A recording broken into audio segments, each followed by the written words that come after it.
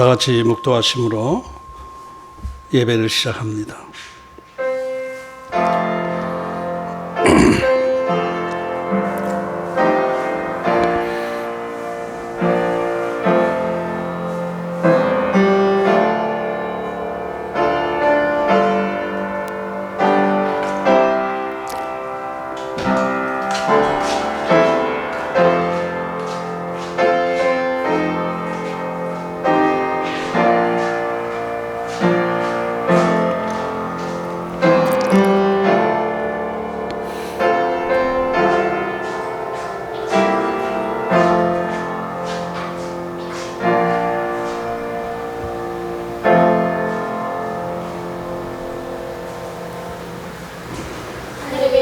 우리 아버지여, 이름이 거룩히 여김을 받으시오며 나라의 임하옵시며 뜻이 하늘에서 이룬 것 같이 땅에서도 이루어지이다. 오늘날 우리에게 일용할 양식을 주옵시고 우리가 우리에게 죄 지은 자를 사하여 준 것 같이 우리 죄를 사하여 주옵시고 우리를 시험에 들게 하지 마옵시고 다만 악에서 구하옵소서. 대개 나라와 권세와 영광이 아버지께 영원히 있사옵나이다. 아멘. 다 같이 교독문 41번을 교독합니다. 교독문 41번 시편 97편입니다. 여호와께서 다스리시나니 땅은 즐거워하며 허다한 섬은 기뻐할지어다. 구름과 흑암이 그를 둘렀고 의와 공평이 그의 보좌에 기초우라. 불이 그의 앞에서 나와 사방의 대적들을 불사르시는도다. 그의 번개가 세계를 비추니 땅이 보고 떨었도다. 산들이 여호와의 앞 곧 온 땅의 주 앞에서 밀랍같이 녹았도다. 하늘이 그의 의를 선포하니 모든 백성이 그의 영광을 보았도다. 조각한 신상을 섬기며 허무한 것으로 자랑하는 자는 다 수치를 당할 것이라. 너희 신들아 여호와께 경배할지어다. 여호와여, 시온이 주의 심판을 듣고 기뻐하며 유다의 딸들이 즐거워하였나이다. 여호와여, 주는 온 땅 위에 지존하시고 모든 신들보다 위에 계시니이다. 여호와를 사랑하는 너희여, 악을 두려워하라. 그가 그의 성도의 영혼을 보전하사 악인의 손에서 건지시느니라. 의인을 위하여 빛을 뿌리고 마음이 정직한 자를 위하여 기쁨을 뿌리시는도다. 의인이여, 너희는 여호와로 말미암아 기뻐하며 그의 거룩한 이름에 감사할지어다. 아멘.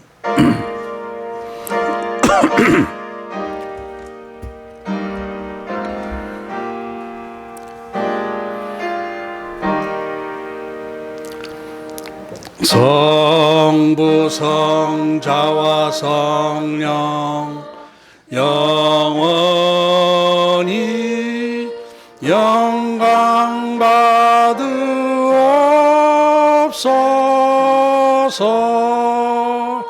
태초로 지금까지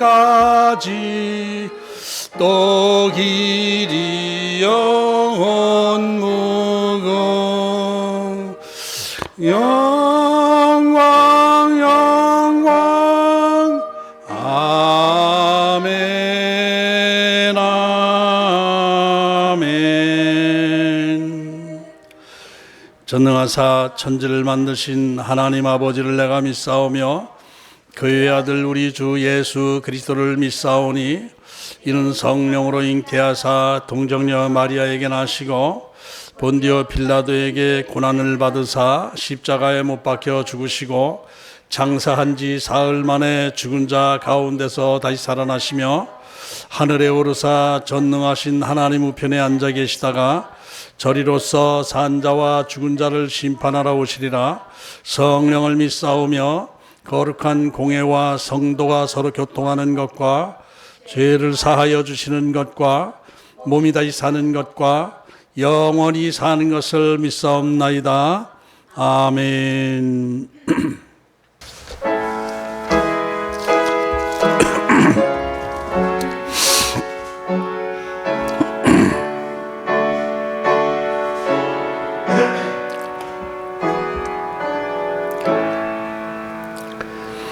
큰 영화로신 주 이곳 이곳에 오셔서 이 모인 자들로 주 백성 삼으사 그 중에 항상 계시고 그 중에 항상 계시고 영광 나타내소서.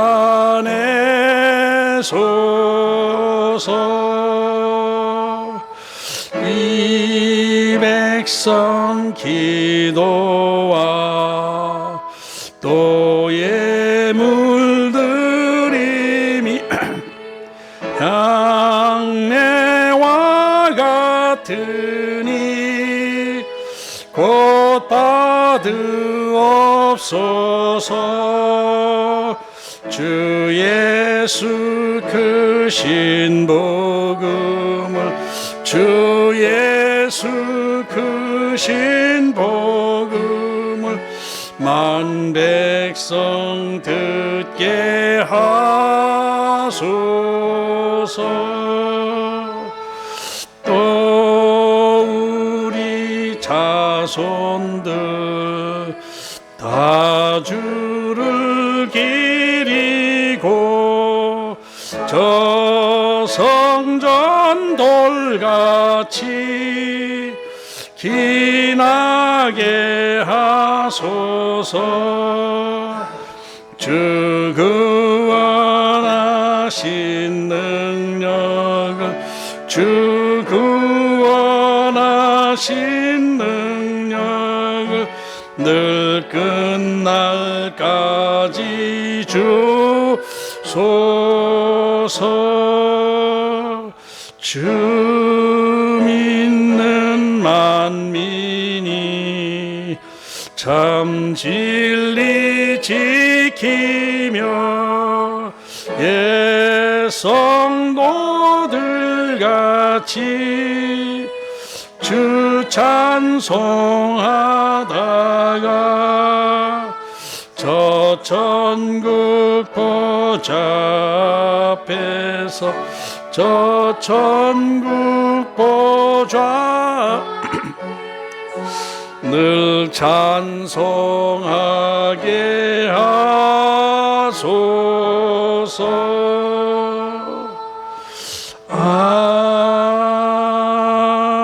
아멘. 기도합니다. 하나님 아버지, 오늘도 저희들 어쩔 수 없이 온라인 예배로 예배를 드리고 있습니다.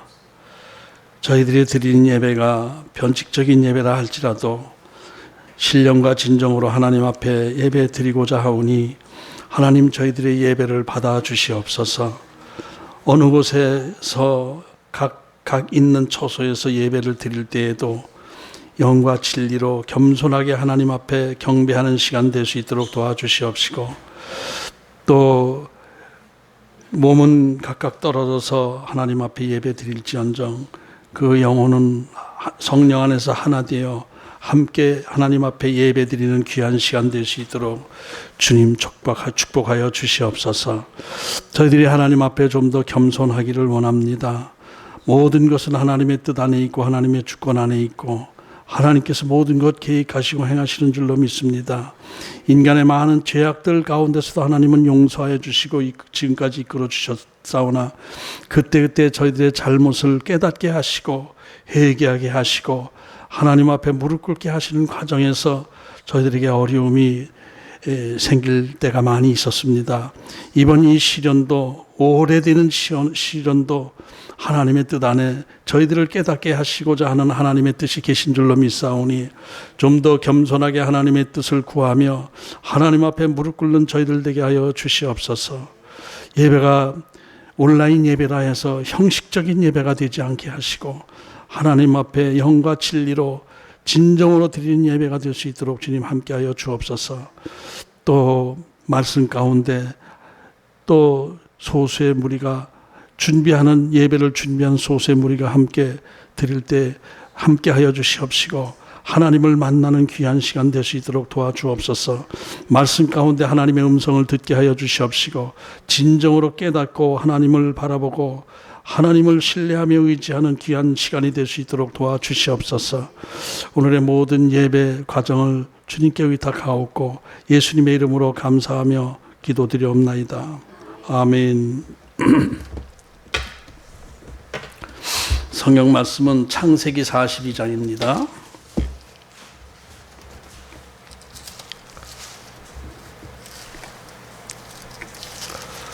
창세기 42장 18절로부터 28절까지 제가 봉독하겠습니다.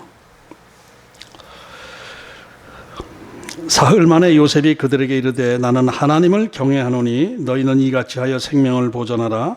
너희가 확실한 자들이면 너희 형제 중 한 사람만 그 옥에 갇히게 하고 너희는 곡식을 가지고 가서 너희 집안의 굶주림을 구하고 너희 막내 아우를 내게로 데리고 오라. 그러면 너희 말이 진실함이 되고 너희가 죽지 아니하리라 하니 그들이 그대로 하니라. 그들이 서로 말하되 우리가 아우의 일로 말미암아 범죄하였도다. 그가 우리에게 애걸할 때에 그 마음의 괴로움을 보고도 듣지 아니하였으므로 이 괴로움이 우리에게 임하도다. 르우벤이 그들에게 대답하여 이르되 내가 너희에게 그 아이에 대하여 죄를 짓지 말라고 하지 아니하였더냐. 그래도 너희가 듣지 아니하였느니라. 그러므로 그의 핏값을 치르게 되었도다 하니 그들 사이에 통역을 세웠으므로 그들은 요셉이 듣는 줄을 알지 못하였더라. 요셉이 그들을 떠나가서 울고 다시 돌아와서 그들과 말하다가 그들 중에서 시므온을 끌어내어 그들의 눈앞에서 결박하고 명하여 곡물을 그 그릇에 채우게 하고 각 사람의 돈은 그의 자루에 도로 넣게 하고 또 길 양식을 그들에게 주게 하니 그대로 행하였더라. 그들이 곡식을 나귀에 싣고 그것을 떠났더니 한 사람이 여관에서 나귀에게 먹이를 주려고 자루를 풀어본즉 그 돈이 자루 아귀에 있는지라. 그가 그 형제에게 말하되 내 돈을 도로 넣었도다. 보라 자루 속에 있도다. 아예 그들이 혼이 나서 떨며 서로 돌아보며 말하되 하나님이 어찌하여 이런 일을 우리에게 행하셨는가 하고. 오늘 말씀의 제목은 나는 하나님을 경외하노니 라는 제목으로 말씀을 같이 묵상해 보려고 합니다. 요셉은 자기 자신의 신분을 감추고 계속해서 형들을 시험해 나갑니다. 어떻게 보면 요셉이 형들에게 감정적으로 좀 보복하는 것 같이 보여줄 수도 있겠지만은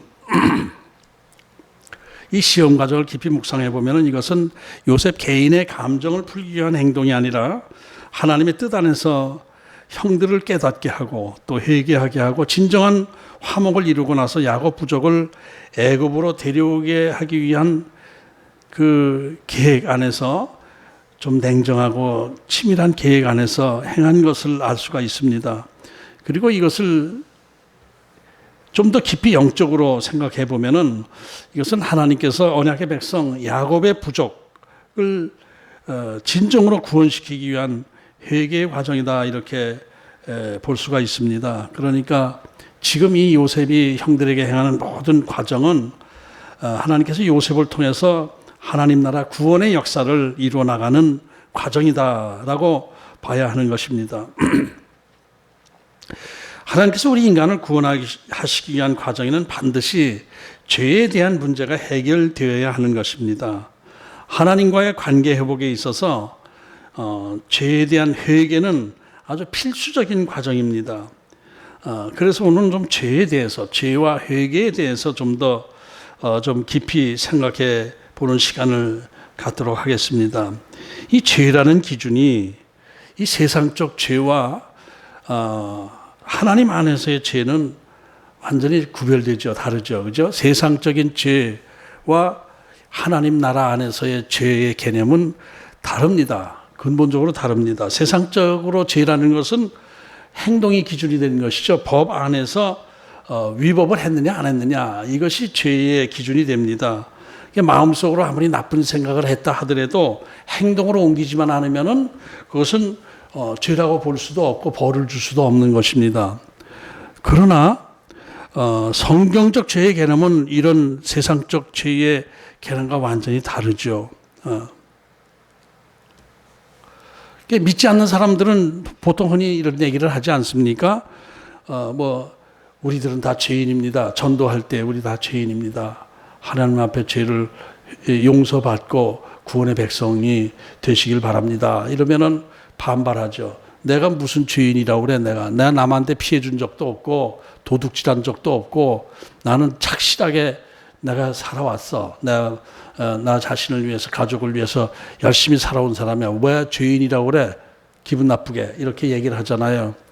그런데 그 자체가 죄의 개념을 몰라서 그러는 것이죠.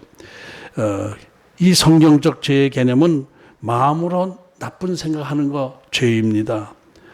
미워하는 것도 죄고, 교만한 것도 죄고, 시기 질투하는 것도 죄고, 그렇습니다. 그거 다 죄의 개념이 뿌리에서부터 죄의 개념을 보기 때문에 행동으로 옮기지 않았다 하더라도 그 마음에 죄성을 가진 생각을 하면은 이미 그것은 죄다 이렇게 볼 수가 있는 거예요.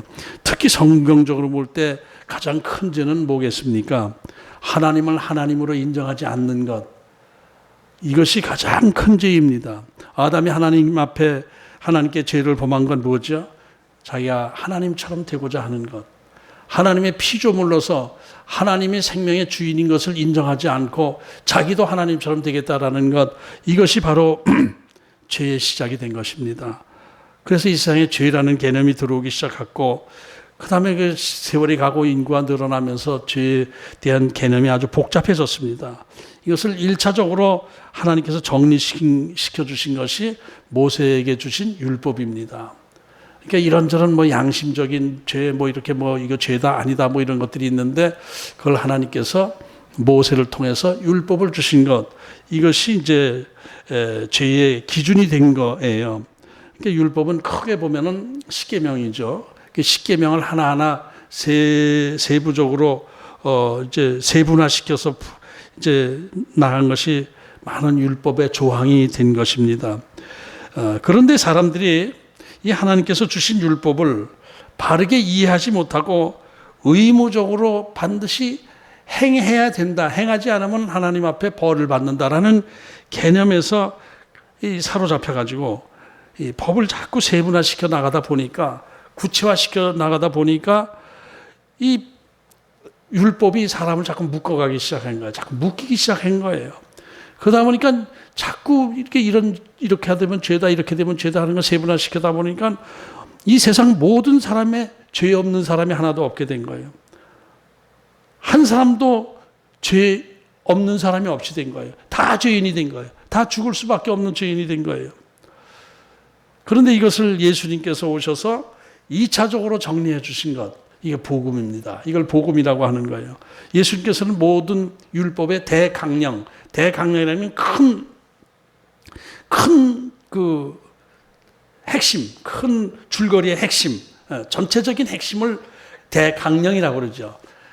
율법의 대강령은 뭐라고 그랬죠? 예수님께서 하나님을 목숨을 다 바쳐 사랑하고 내 이웃을 내 몸같이 사랑하라.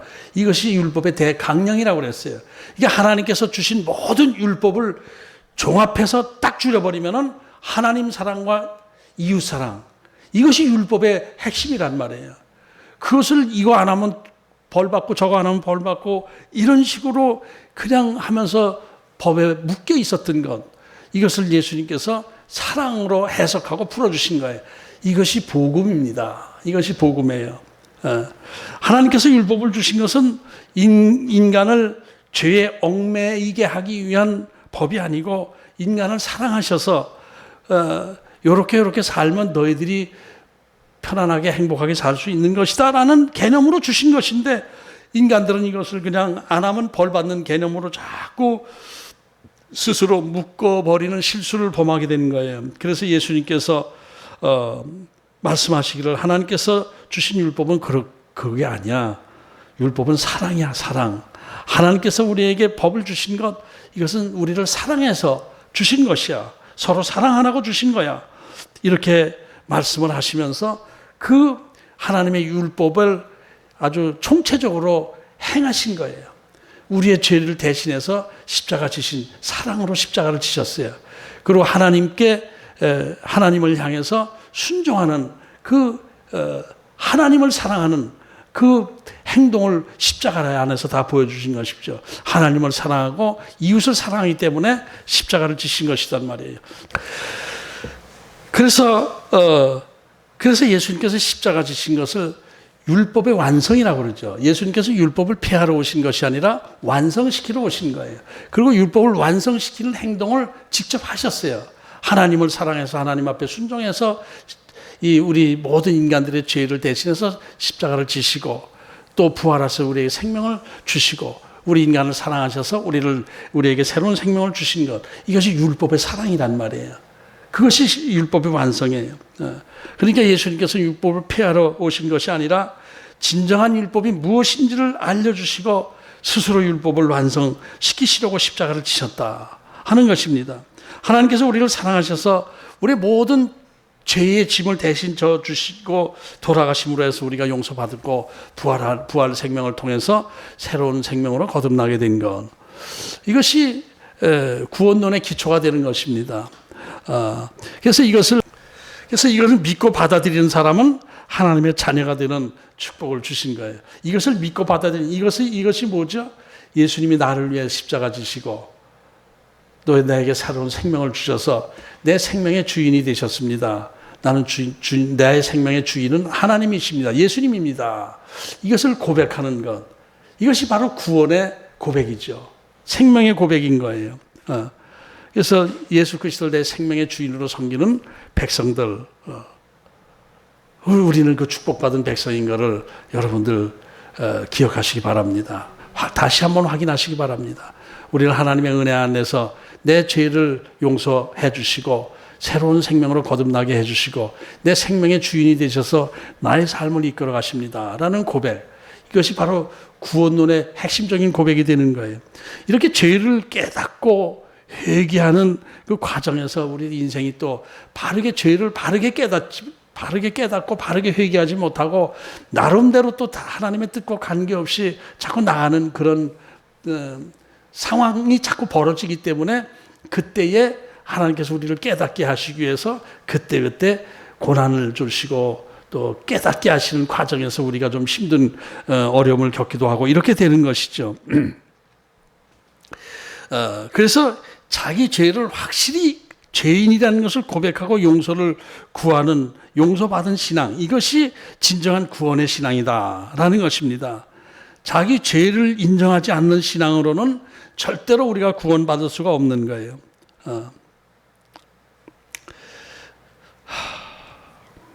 그래서 자기가 주인이 돼, 이 세상 사람들은 자기가 주인이 돼서 자기 생각대로, 자기 멋대로, 자기 양심대로, 나름대로 옳다고 생각해서 살아가는 것, 이것이 바로 죄인 거예요. 그것이 바로 죄입니다.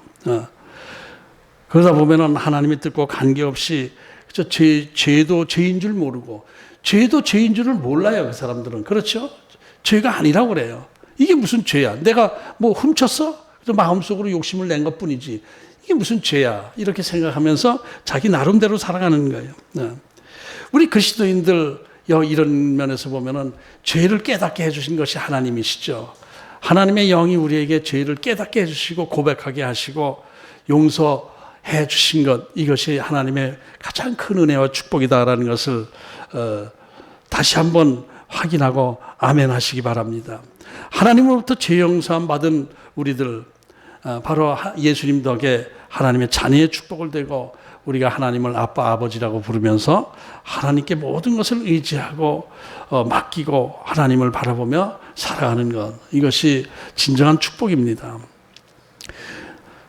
그런데 이제 그럼에도 불구하고 내 안에는 또 죄성이 계속 있어요. 죄를 하나님 앞에 회개하고 용서함 받았지만은 내 속에서는 계속 죄성이 자꾸 살아나고 그것이 하나님 앞에 두려움이 되는 거예요. 그래서 하나님 또 그때그때 회개하면서 하나님 저 이것도 잘못했습니다. 용서해 주심을 감사합니다. 이렇게 하면서 죄를 다스려 나가면서 성화되어 가는 것, 이게 우리 그리스도인들의 삶이거든요. 그렇게 살아가는 신앙, 그런 신앙생활하는 것을 하나님을 경외하는 신앙이다, 이렇게 얘기해요. 하나님을 경외하는 신앙. 경외하라는 것은 두렵고 떨리는 마음으로 하나님을 사랑하는 것을 경외하는 신앙이라고 그러죠. 두렵고 떨리는 마음으로 하나님을 사랑하는 것. 그래서 우리는 하나님을 두렵고 떨리는 마음으로 사랑해야 돼요.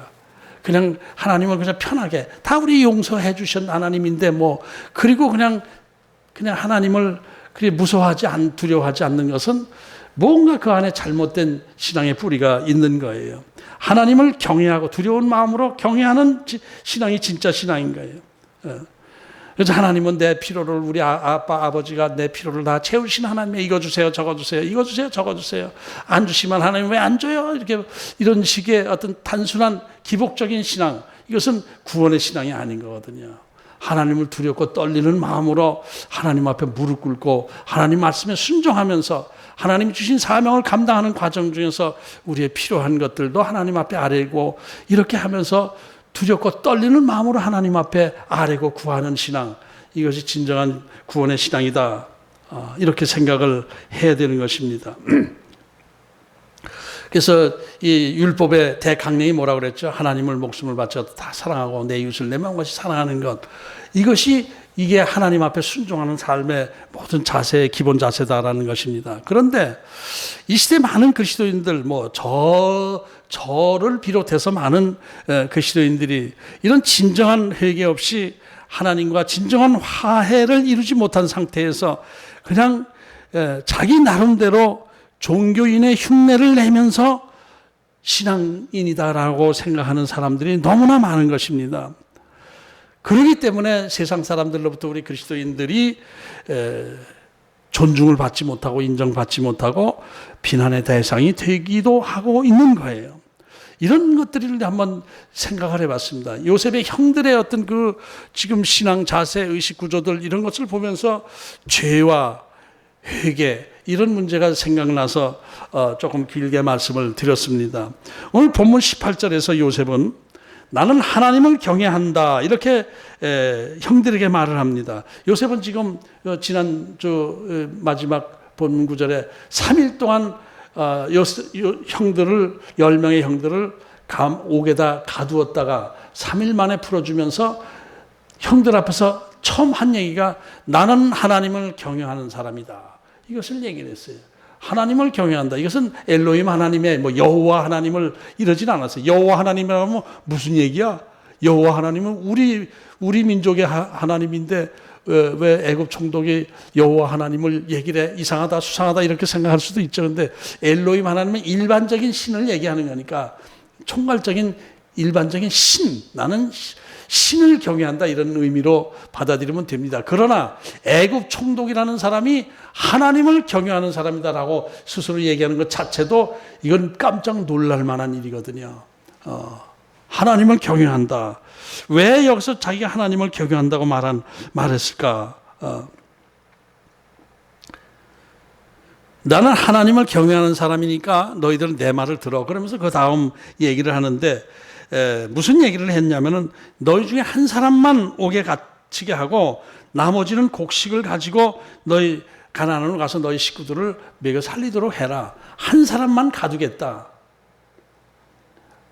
한 사람만 보내고 9명을 가두겠다라고 해서 바꾸었어요. 인정을 베풀어 주는 거예요, 그게.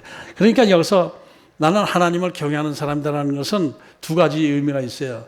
내가 하나님을 경외하는 사람이고 지금 내가 너희들에게 말해주겠다. 이대로 해야 너희가 살 것이다 라고 한 것은 나는 하나님을 경외하는 사람이기 때문에 거짓말하지 않는다. 진정으로 얘기한다. 하나님 앞에서 두려워하면서 내가 너희들에게 얘기하는 거야. 내 말을 들어야 너희들이 살 거야. 이를 얘기하는 거야. 그러니까 그러면서 쭉 얘기하는 것을 보면은 동정을 베풀었잖아요. 그러니까 여호와를 하나님을 경외하는 사람으로서 사랑을 베푸는 거예요. 나는 하나님을 경외하는 사람이기 때문에 너희들에게 동정을 베풀어 주겠다. 한 사람만 가고 9명을 여기서 감옥에 갇히도록 얘기했었지만은 한 사람만 가두겠다. 9명이 가서 너희 가나안에 가서 가족들을 먹여 살리고 대신 베냐민 막내 동생 베냐민을 반드시 데려와야 된다. 그렇지 않으면 죽일 것이다. 너희들은 죽을 것이다. 그러면 어떻게? 그렇게 하겠습니다라고 대답을 한 것이죠. 근데 여기서 이제 요셉의 사랑이 보이죠. 인정이 보이죠. 잔인하고 야멸차게 그렇게 대하는 것이 아니라 계속 사랑을 베풀고 동정을 베풀면서 대해주는 거예요. 여기서 왜 그렇게 얘기를 했을까? 나는 하나님을 경외한다고 하면서 너희들은 하나님을 경외한다고 하는 사람인데 내 동생 요셉을 죽이려고 했고 애굽의 노예로 팔아먹을 때 너희들이 동생을 사랑하고 동정을 베풀고 한 적이 있었느냐? 너희 아무것도 없잖아. 악랄하게 죽이려고 하고 악랄하게 노예로 팔아먹었잖아. 그러나 나는 하나님을 경외하는 사람이기 때문에 너희들의 필요를 채워줄 것이다. 한 사람만 오게 가둘 테니까 대신 살고 싶으면은 막내 동생 베냐민을 반드시 데려와야 된다. 그렇지 않으면 죽을 것이다. 이렇게 얘기를 한 거예요. 이때 형들이 그런 얘기를 요셉이 하니까 뭐라고 형들이 거기서 반응하냐면 21절 그들이 서로 말하되 우리가 아우의 일로 말미암아 범죄하였도다. 그가 우리에게 애걸할 때에 그 마음의 괴로움을 보고도 듣지 아니하였으므로 이 괴로움이 우리에게 임하도다. 벌써 그 요셉이 동정을 베풀고 사랑을 베푸는 한 사람을 가둔다고 하면서 자기들에게 막 어려움을 주면서도 인정을 베풀고 동정을 베풀면서 자기들의 살 길을 자꾸 열어주는 그 모습을 보면서 야, 이거 진짜 21년 전에 우리가 요셉을 죽이려고 했고 노예로 팔아먹으려고 할 때 이런 사랑, 동정, 인정을 베풀지 않았는데 이 애굽 총리는 우리에게 그런 사랑을 베푸는구나.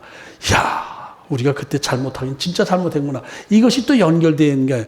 자꾸 그 21년 전 요셉이 하는 행동, 애굽 총리가 자기들에게 자꾸 뭔가 자꾸 제시하고 하는 행동은 자꾸 계속해서 요셉과 연결이 되어 리마인드 시키고 있는 거예요. 요셉과 연결지어서 생각이 나게 되는 거예요. 그런 얘기를 이제 애굽 총리 앞에서 자기네들끼리 이 통역관이 있으니까 이거 통역하지 마세요. 우리끼리 얘기하는 겁니다. 해놓고 지들끼리 그 요셉한테 우리가 너무 잘못했구나. 이러고 있는 걸 요셉이 다 듣고 있지 않았겠어요. 다 듣고 있는 거예요. 자기들끼리 쑥덕거리고 다 요셉이 모르는 줄 알고 다 쑥덕거리고 그러고 있어요. 우리가 하나님 앞에서 죄 짓는 것, 하나님 앞에 말 엉망으로 하는 것, 하나님 다 듣고 계시는데 모르고 계신 줄 알고 우리 막 살잖아요. 그래서 지금 이 형들이 그러고 있는 거예요. 21년 전에 요셉이 구덩이에 처박히면서 울면서 애걸복걸하면서 형 살려주세요. 살려주세요. 또 애굽의 노예로 팔려가면 형 살려주세요. 막 이렇게 하는 것을 웃기지 마 임마. 냉정하게 대했는데 이 총리는 자기들에게 인정을 베풀고 자기들의 어려움을 해결해 주면서 자기들에게 어려움을 주고 있는 거예요. 하나님께서 아직까지도 하나님 얘기가 안 나오는 거죠. 우리가 잘못했다. 그때 이제 그런 하나님께서 우리에게 동생의 괴로움이 지금 우리에게 닥친 것이다. 하나님 얘기라는 건 아직 안 나와요.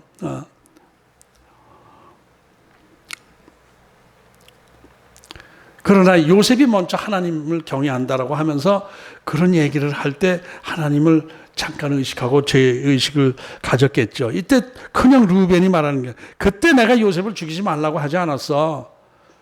그런데 너희들이 죽이려고 했고 또 노예로 내가 잠깐 나갔던 사이에 요셉을 애굽의 노예로 팔아먹고 해서 지금 우리가 벌 받는 거야. 또 이런 얘기를 하고 있는 거예요.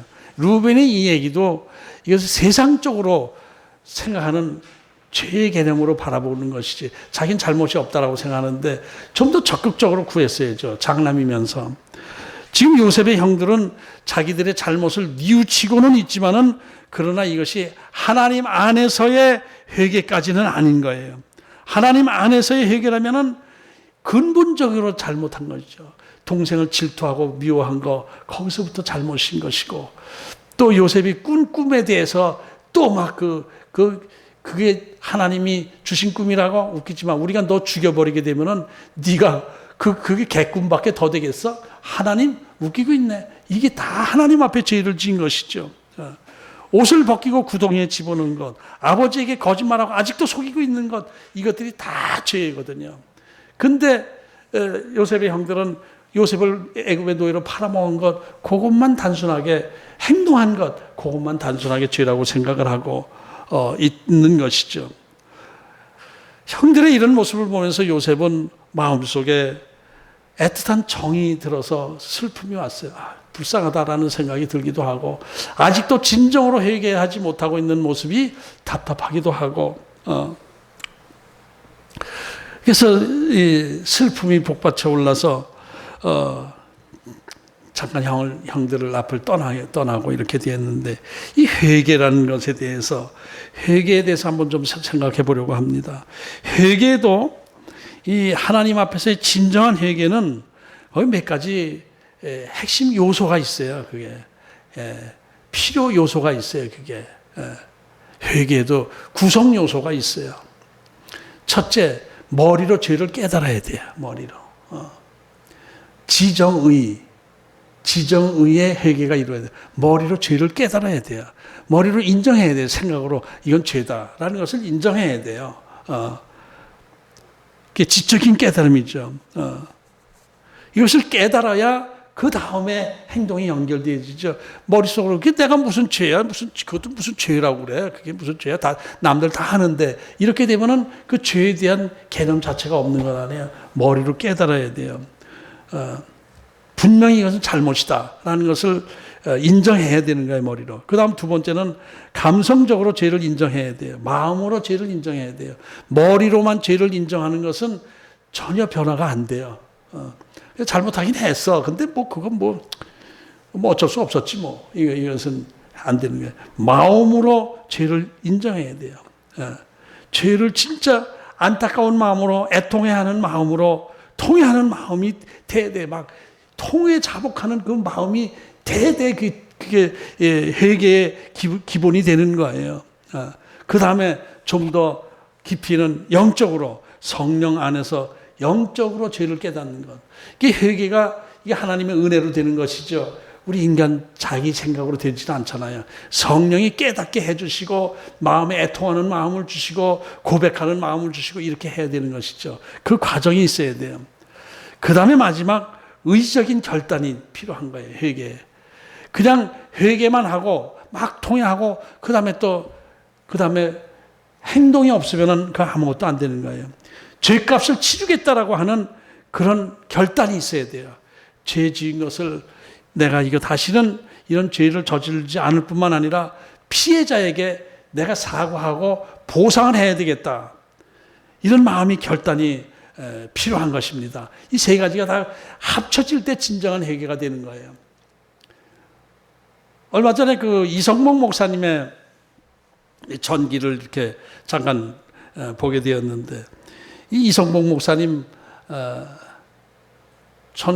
1900년생인가? 1900년생이고, 저는 어렸을 때 이성목 목사님, 제가 초등학교 때인가 부모님 따라서 한강 백사장에서 그 집회할 때 부모님 따라서 어렸을 때 초등학교 때인가 하여튼 그 집회할 때 이성목 목사님의 설교를 제가 들은 기억이 납니다. 하얀 수염 한복 입고, 못이 이 한복 같은 거 입고 그냥 막 강단에서 이리 뛰고 저리 뛰고 하면서 힘있게 설교하던 모습이 지금도 기억나는 그 이성복 목사님의 설교 듣고, 이천성 목사님이 그때 그 집회 방해하러 갔다가 변화되고 한 그분이 이성복 목사님인데, 그분의 전기 중에, 그분도 어렸을 때는 굉장히 막 살던 사람이었어요. 마음에 정의감은 있어가지고 독립운동을 하긴 했지만은, 그러나 이제 개인적으로는 좀 막 살고 하나님을 부인하고 하나님이 어디 있냐라고 하고 이렇게 하던 사람인데, 하나님을 만나고 나서 회개의 영이 부어지고 나서 하나님을 인정하지 않을 때 저지른 여러 가지 죄들, 이런 것들을 그냥 애통하면서 울고 통회하면서 회개를 하는 과정이 있었다고 해요. 이성목 목사님에게도. 그 중에 이런 내용이 있어서 제가 기억이 나서 말씀을 나누려고 합니다.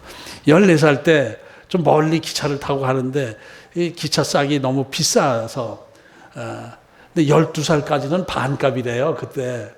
근데 키가 원하는 체격이 좀 작았어요. 그래서 키를 요만큼 더 줄이고 요렇게 하면서 어린애처럼 이렇게 하면서 12살이요 뭐 이렇게 해가지고 표를 반값으로 샀대요. 그래가지고 중국 어딘가 이렇게 다녀왔대. 기차값을 확 줄인 거죠. 반값으로. 그런데 이제 하나님을 만나고 나서 회개하는 과정 중에 그게 딱 때린 거예요. 그래서 울며불며 회개하고 나서 이걸 어떻게 해야 되나. 그래가지고 그 역장에게 사과문을 편지를 쓰고 그때 그 줄여서 덜 냈던 기차 싸게 4배를 보태서 해서 그때 뭐 무슨 어떤 역인데 역 이름은 지금 기억이 안 나요. 그래서 그 역장에게 보냈대요. 그리고 이제 어떤 해답이 있나라고 생각을 했는데 얼마 후에 총독부 총독부 철도청장한테 편지가 왔대요. 그래서 고맙다고 하면서 당신 같은 사람이 있다면은 경찰서도 필요 없고 재판소도 필요 없고 정말 이런 사람만 있다면은 얼마나 좋을지 모르겠다. 당신이 믿는 종교가 진짜 귀한 종교다라는 것을 인정하지 않을 수가 없다. 그러면서 그건 다 용서하고 이 돈을 다시 보내니까 그때 신학생이었어요. 신학생. 26살 됐어요. 26살. 그러니까 한 12, 13년 된 후죠. 그래서 그걸 학비에 보태쓰라고 돈을 도로 보내줬대요. 그러니까 이성봉 목사님이 너무너무 감사하고 고마워서 그것을 그대로 하나님 앞에 헌금을 했대. 그러고 나서 그냥 너무 기쁘고 감사했다. 이런, 그런 간증이 이제 그 전기 안에 있더라고요. 그래서 이때 이성봉 목사님이 이런 간증을 듣고 많은 사람들이 이걸 따라서 나도 이거 잘못했는데 나도 이거 띄어먹었는데 이거 사기쳤는데 그걸 다 돌려주고 하는 그런 현상이 일어나고 했다고 합니다. 그러니까 진정한 회개는 이렇게 피해자에게 배상을 하는 자세, 의지적인 결단이 필요한 거예요. 이것까지 진정한 회개예요. 그 미량이라는 영화에서 그런 게 있었잖아요. 그냥 하나님께서 내가 회개했더니 하나님이 용서해줬다 이렇게 되고 마는 것, 그건 진정한 회개가 아니거든요. 피해자에게 배상하는 것, 이런 것, 그런 마음 자세까지 가져야 돼요. 그런데 지금 요셉의 형들은 지금 어떻습니까? 그저 뉘우치는 정도이지 자기들이 옛날에 했던 그 잘못 그런 거에 대해서 깊이 근원적으로 회개하고 있는 것은 아니다라는 것을 알 수가 있죠. 그러니까 하나님 앞에서의 진정한 회개는 이 지정의의 회개가 합쳐진 회개가 돼야 된다라는 것을 다시 한번 우리가 생각해 봤습니다. 이런 형들의 모습을 보면서 마음에 애틋한 정도 가고, 그러니까 그 동생 요셉에 대한 잘못했다는 것을 인정하는 것만 해도 요셉이 얼마나 짠하겠어요. 그러면서도 아직도 그것은 진정한 회개는 아닌 것, 앞으로 좀 더 깊이 들어가야 되는 것을 알면서 나가서 울고 들어왔어요. 그러고 와서 둘째 형 시몬을 결박합니다. 그리고 나머지 9 형제들은 곡식을 다 갖고 온 술에 싣고 보자기에 싸서 이렇게 해서 식구들 굶지 않게 가서 식구들을 먹여 살리고 오는데 반드시 막내 동생 베냐민을 데려와야 된다. 그래야 이 시므온이 죽지 않을 것이다. 이렇게 얘기를 한 거예요. 이때 이제 그 시므온이 옥에 갇혔다라는 옥이라는 단어가 원어적으로 보면 구덩이에요. 구덩이에 집어넣었어요. 시므온을 구덩이에 집어넣고 너희들은 가서 이 곡식 가지고 가서 일단 먹고 풀어라. 굶주리면서 벗어나라. 이렇게 한 거거든요. 구덩이에 집어넣고. 근데 요셉의 형들은 어떻게 했죠? 요셉을 구덩이에 집어넣고 애굽의 노예로 팔아먹고 돈 받고 그랬잖아요. 그런 거예요. 그러니까 그 요셉의 형들은 자기 둘째 형이 시몬이 구덩이에 처박히는 걸 보면서 어떤 생각을 했겠어요? 왜 자꾸 요셉이 생각나지? 왜 자꾸 요셉이 생각나? 요셉을 구덩이에 넣었던 것이 또 생각나네. 요셉을 구덩이에 넣고 우리들은 그때 막 맛있는 거 먹으면서 깔깔거리고 그랬었잖아요. 또 그러는 거예요. 21년 전 일이 왜 자꾸 생각나지? 둘째 형이 왜 구덩이에 들어갔지? 여기서 또 시몬은 어떤 생각을 했을까요? 구덩이에 처박히면서 요셉의 마음을, 요셉이 구덩이에 처박혔을 때 그 심정을 알겠다. 이게 아버지 야곱이 베냐민을 안 보내준다고 그러면은 나는 죽을 수밖에 없는데, 죽을 수밖에 없구나. 이렇게 시몬은 생각하고 있었을 거 아니에요? 근데 여기서 이제 우리가 생각해서 왜 많은 형제들 중에서 시몬을 대표로 인질로 잡았을까요? 시몬을. 르벤도 있고 시몬도 있고 레위도 있고 또 유다도 있고 그런데 왜 시몬을 구덩이에 집어넣었을까? 성경에 확실한 기록이 없기 때문에 잘 몰라요. 그런데 이제 학자들은 이 부분에서 시몬의 성격이 아주 굉장히 강한 성격이다라는 것을 짐작을 해요. 왜냐하면 디나 사건이 있을 때 시몬이 주도적으로 했거든요. 시몬하고 레위가 주도적으로 했어요. 그러니까 강한 성격이고 뭐 그래가지고 그때 그 요셉을 저거 죽여버리고 아버지한테 거짓말하자. 짐승에 물려 죽었다고 그러자. 이렇게 하고 그럴 때 르우벤은 그러지 말자. 죽이지 말자. 이렇게 얘기를 했잖아요. 그럴 때 시몬이 제일 강력하게 죽여버려야 돼. 저거. 막 이렇게 했을 가능성이 많다는 것이죠. 그래서 유다는 그래서 르우벤 그래 아니 일단 구덩이에 넣어놓자. 그리고 나갔다 왔을 때 애굽에 노예로 팔아먹었는데 노예로 파는 것이 유다가 죽이느니 피를 보지 말고 팔아먹읍시다. 돈 받고. 이렇게 해서 유다 때문에 또 살아난 거예요. 유다 덕에 그래도 애굽에서 총리가 되는 목숨을 건지게 되고 총리가 되는 그 과정이 유다 때문에 그렇게 된 것이죠. 르벤도 그렇고 유다 그렇고 레위는 빠져있지만은 시몬이 제일 강하게 요셉을 죽이려고 하지 않았나 이렇게 짐작들을 하는데 어느 정도 공감이 가는 면이 좀 있습니다. 그런데 어쨌든 지금 상황은 또다시 그 21년 전 상황으로 또 돌아가는 거예요. 시몬이 구덩이에 빠지게 되고 그들은 또 떠나갔어요. 네, 이제 문제는 그 9 형제들이 가나안에 가서 아버지를 설득시켜서 베냐민을 데려올 수 있느냐 없느냐 하는 문제가 남은 거예요. 그것이 쉬운 문제가 아니거든요. 그러니까 지금 문제는 요셉의 형들만의 문제가 아니라 야곱이 회개하고 야곱이 상처 치유받고 야곱까지도 회개시켜야 되는 그 과정이 아직 계속 남아있는 거예요. 그래서 아직도 요셉은 자기 신분을 밝히지 않고 계속해서 형들을 훈련하고 있는 것이죠. 이제 그렇게 해서 일단 떠났는데 고민하면서 고향으로 돌아가고 있는 중에 나귀에게 먹이를 먹이려고 아마 그 먹이 먹이려고 돈을 좀 꺼내려고 그랬는지 뭐 하여튼 곡식을 꺼내려고 했는지 그렇게 하다 보니까 이게 자루를 딱 푸는데 자기들이 그 곡식 값으로 준 돈이 거기 안에 들어있는 거예요. 이게 도대체 왜 자꾸 이런 일이 생겨? 이게 무슨 일인가? 왜 돈이 이 안에 들어있는가?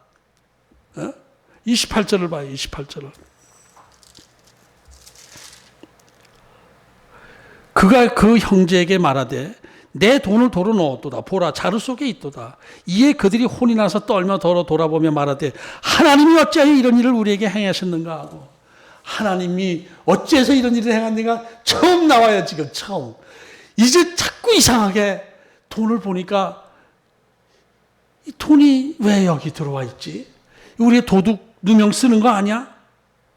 도둑 누명 쓰는 거 아니야? 이러다 그 애굽 총리한테 우리까지 또 죽는 거 아니야? 이거 어떻게 해야 되는 거야? 왜 자꾸 이런 일이 생기는 거야? 하나님이 왜 자꾸 우리들에게 이런 일을 시키시는 겁니까? 그때서 하나님을 찾기 시작한 거예요. 조금 더 회개에 깊이 들어간 것이죠. 돈이 그대로 있는 것.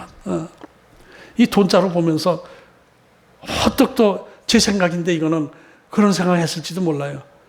요셉 팔아먹고 우리가 돈을 받았는데 이 총리는 곡식 팔아먹고 돈도 안 받네. 이런 생각을 했을지도 몰라요. 또 21년 전 요셉과 연결시켜서 생각이 나게 됐을 거예요. 그러면서 하나님이 어째서 자꾸 이런 일을 자꾸 시켜줘요? 왜 요셉하고 연결되는 그 사건이 자꾸 생깁니까? 하나님, 왜 이런 일이 생겨요? 이제 하나님을 찾기 시작하는 거예요. 이게 인간이 그래요. 자꾸 들어가고 하게 하면서 하나님을 인정하게 만드는 거예요. 하나님을 바라보게 만드시는 것. 이것이 회개의 과정이다라는 거예요. 도저히 인간적인 생각으로 이해가 되지 않아요. 하나님이 뭔가 하시는 거예요. 이제 조금 절이 들어서 이 세상 모든 일을 하나님이 행하시는 것이죠. 하나님이 관계없는 일이 어디 있습니까? 다 하나님이 행하시는 거예요. 나에게 일어나는 모든 일들 하나님이 뜻이 있는 거예요. 하나님이 행하시는 거예요. 근데 왜 자꾸 요셉이 떠오르죠? 왜 자꾸 요셉이 떠올라요? 그 회개를 자꾸 시키는 것이죠. 그러면서 도둑으로 몰릴 것. 애굽 총리가 이것을 안다면 우리를 어떻게 대할까? 다시는 갈 수 없는 것이다. 다시 가면 큰일 나는 것이다. 이런 생각을 하면서 두려워하는 것이죠. 이렇게 할 때 자기들 힘으로서는 어떻게 할 수 없는 상황이 될 때 이 요셉의 형제들이 하나님을 바라보기 시작한 거예요. 우리 인간의 극한 상황에서 하나님을 바라보게 되잖아요. 그러나 우리 하나님은 우리 극한 상황에서만 하나님이 우리와 함께 계시는 것이 아니라 항상 함께 계시는 거예요. 우리의 모든 삶 가운데 하나님이 함께 계시는 거예요. 뜻이 있는 거예요. 그러니까 항상 하나님을 바라보고 하나님의 뜻을 구하고 하나님 앞에 순종하려는 마음을 가져야 되는 것인데 요셉의 형들이 이제 하나님을 찾기 시작하는 거예요. 하나님을 의식하기 시작한 거예요. 이것이 좀 더 깊은 회개의 길로 들어갔다 이렇게 볼 수가 있는 것이죠. 하나님의 구원의 역사가 이제 차츰 더 이제 표면화되기 시작하는 것이죠. 그러나 지금 문제는 요셉의 형들만의 회개로 이루어지는 것이 아니에요. 야곱의 문제가 더 커요. 야곱은 아직도 요셉에 대한 상처 때문에, 요셉을 잃은 상처 때문에 아직도 요셉에 묶여 있고 그 요셉 대신에 베냐민을 꼭 붙들러 놓지 않고 있거든요. 베냐민을 붙잡고 있는 거예요. 베냐민을 내려놔야 하나님께서 그의 상처를 치료해 주시고 또 복된 길로 인도해 주시는데 야곱은 아직도 하나님보다 베냐민을 붙잡고 있는 거예요. 이것이 해결돼야 되거든요. 그래야 베냐민은 애굽으로 갈 수가 있고 진정한 구원의 역사가 일어날 수 있는 것인데 야곱이 이제 자식들이 곡식을 가지고 왔을 때 베냐민을 다음에 데려오지 않으면 시므온을 죽인다고 그랬다 하는 얘기를 들을 때 야곱이 어떻게 반응하는 건지 그건 이제 다음 시간에 계속해서 묵상하도록 하겠습니다. 오늘은 형들의 회개가 차츰 조금 하나님 안으로 들어가는 그 과정을 여러분과 같이 묵상해 봤습니다. 기도하겠습니다. 하나님 아버지, 하나님께서 요셉을 통해서 야곱의 형제들을 회개시키고 구원의 길로 인도하시는 과정을 저희들이 묵상해 봤습니다. 계속해서 이제 모든 상황은 옛날 21년 전 요셉에게 자기들이 나쁜 짓 했던 것과 연결되어지는 그런 상황으로 들어가고 있으면서 요셉의 형들이 깨닫기 시작하는데 처음에는 그냥 겉으로 마음적으로 뉘우치기만 했을 뿐이지 하나님을 의식하지는 않았는데 차츰 하나님을 의식하면서 회개하는 마음이 들기 시작하는 것을 보게 됩니다. 하나님께서 우리를 구원시키기 위하여 우리에게 회개의 영을 부어주시고 하나님 안에서 회개하게 하시면서 우리를 구원해 주셨습니다. 그 과정을 우리들이 보면서 하나님의 사랑을 다시 한번 깨닫습니다. 우리들이 얼마나 하나님의 은혜 안에서 하나님의 사랑 안에서 지금까지 살아왔는가 그것을 다시 한번 깨닫고 감사드립니다. 더욱더 겸손하게 하나님을 의지합니다. 하나님 감사합니다.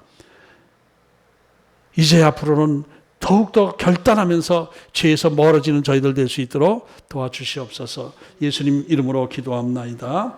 아멘. 다 같이 찬송가 309장 부르시고 봉헌 기도하겠습니다.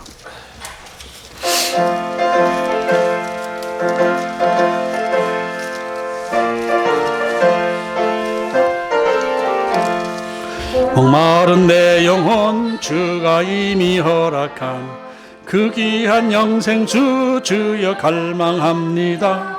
그 약속 따라서 힘써 간구하오니 오 주여 내 기도 어서 들어주소서.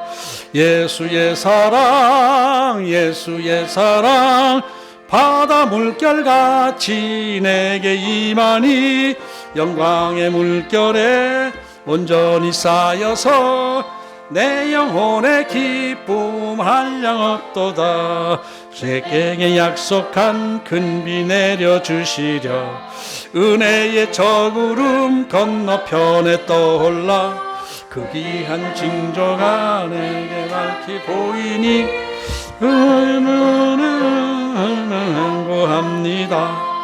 예수의 사랑 예수의 사랑 바다 물결같이 내게 임하니 영광의 물결에 온전히 쌓여서 내 영혼의 기쁨 한량없도다. 은혜의 선악을 대금 흡족히 내려 구원의 큰 강물 흘러 차고 넘쳐서 내 주한 모든 죄 모두 씻어버리니 나 지금 은혜를 충만하게 받았네. 예수의 사랑 예수의 사랑 바다 물결같이 내게 임하니 영광의 물결에 온전히 쌓여서 내 영혼의 기쁨 한량없도다. 그 차고 넘치는 주의 은혜의 물결 내게 밀려와 내게 만족합니다. 오 할렐루야로 주를 찬송하오니 내 마음의 기쁨이 항상 충만함이라. 예수의 사랑 예수의 사랑 바다 물결같이 내게 임하니 영광의 물결에 온전히 쌓여서 내 영혼의 기쁨 한량없도다. 아멘. 봉헌 기도하겠습니다. 하나님 아버지 감사합니다. 같이 모여서 예배드리지 못하고 있지만 그럼에도 불구하고 저희들은 신령과 진정으로 하나님 앞에 예배 드렸습니다. 저희들의 예배를 받아주신 줄로 믿습니다. 그리고 하나님 앞에 감사하는 마음으로 하나님 앞에 예물을 드렸습니다. 이 예물을 받아주시옵시고 저희들에게 하나님의 은혜와 축복을 더하여 주시옵소서. 더 겸손하게 하나님 앞에 순종하며 죄를 깨닫고 회개하고 고백하면서 하나님 뜻에 가까이 나아가는 저희들 될 수 있도록 도와주시옵소서. 적은 물질 하나님 앞에 드린 예물 아버지 받아주시옵소서. 쓰이는 곳에 하나님 영광 드러내게 하시고 바친 손길들 아버지 지금 각 처에서 예물을 드리고 기도하고 있는 모든 성도들을 그들을 축복하여 주시고 저들의 삶 가운데 어려움을 이길 수 있는 힘을 주시고 모든 환경을 더하여 주시옵소서. 속히 코로나가 물러가게 하시고 마음 놓고 하나님을 찬양하며 모여서 함께 애찬을 나누며 예배할 수 있도록 하나님 축복해 주시옵소서. 예수님의 이름으로 축복하며 감사하며 기도합나이다. 아멘.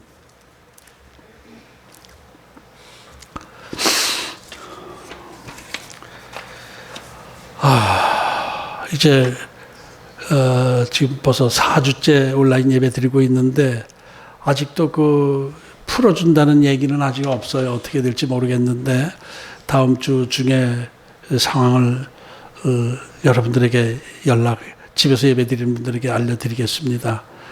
다음 주에도 온라인 예배를 드려야 되면은 온라인 예배 드린다고 알려드리고 또 그게 풀어진다면은 다음 주에는 같이 모여서 예배 드릴 수 있으면 너무너무 좋겠습니다. 보고 싶습니다. 사랑합니다. 그러나 우린 몸은 육체는 비록 떨어져 있지만은 영적으로는 같이 지금 함께 예배 드렸습니다. 하나님 앞에 감사하는 시간이 될 수 있도록 바랍니다. 더욱더 깨어서 기도하면서 더 겸손해져야 돼요. 우리나라는 그래도 이렇게 좀 이 방역 관리가 잘 되어서 그래도 괜찮은데 경제적으로는 지금 너무너무 어려운 사람들이 너무너무 많더라고요. 소상인, 상공인들, 소상업자들 너무너무 어려운 사람들이 많더라고요. 이들의 생업을 빨리 회복해야 될 것이고 그래서 하나님 앞에 더 겸손하게 기도해야 될 줄 압니다. 우리 성도들 가운데도 좀 어려움을 겪고 있는 분들이 계신 것을 제가 알고 있는데 함께 기도하면서 어려움을 극복해 나가도록 하십시다. 다음 주 예배가 어떻게 될지 그것은 따로 다 연락드리도록 하겠습니다.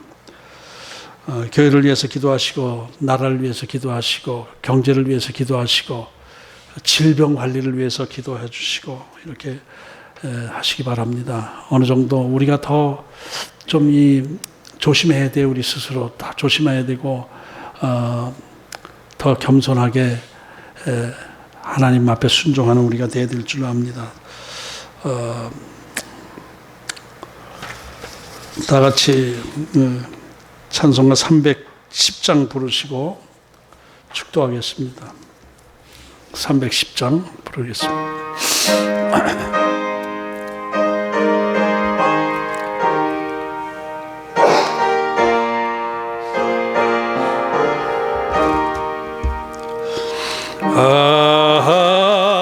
하나님의 은혜로 있을 데 없는 자 왜 구속하여 주는지 난 알 수 없도다.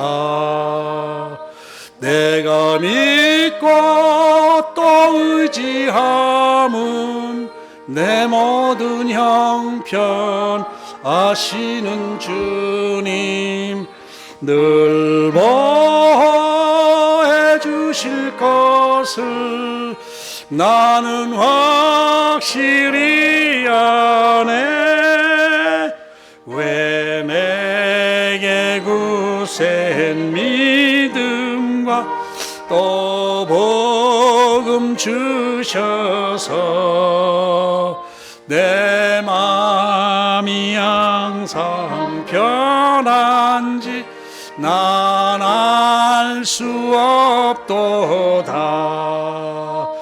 내가 믿고 또 의지함은 내 모든 형편 아시는 주님 늘 보호해 주실 것을 나는 확실히 아네.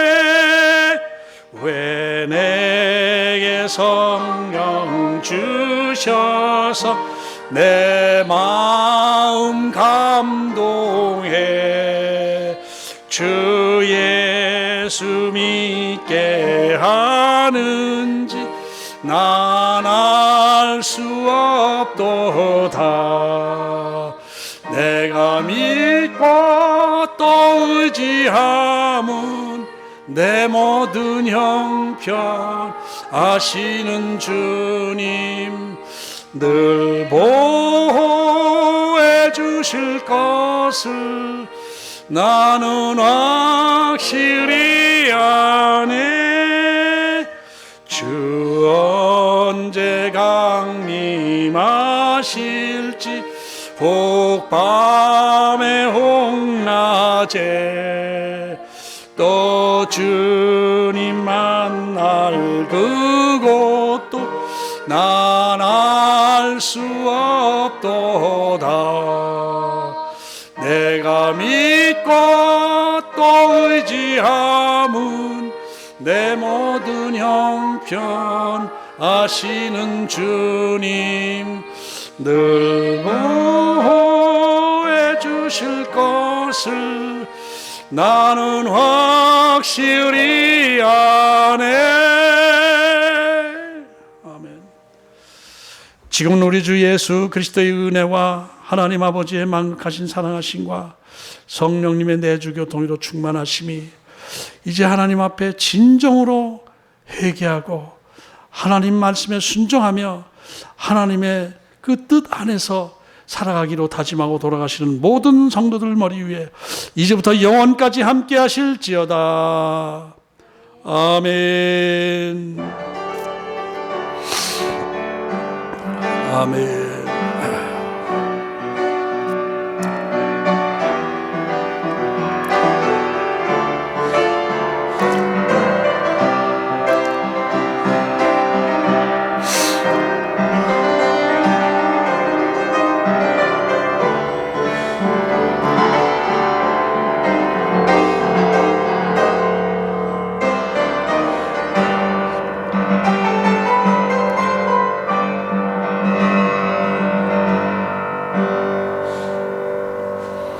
아멘. 할렐루야.